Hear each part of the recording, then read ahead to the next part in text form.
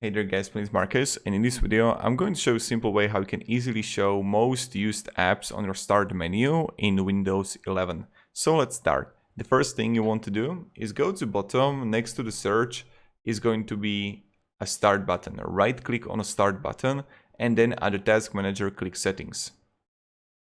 Now when you're going to be here and you're going to click on settings, you want to simply go to personalization under network and internet.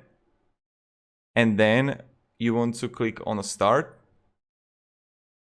And then you can have the show recently opened items in start, jump list and file explorer and show most used apps. So this is pretty much it how we do it. And this is how you can turn on the show most used apps on the start menu in Windows 11. Thank you very much guys for watching and have a great day and goodbye. See ya.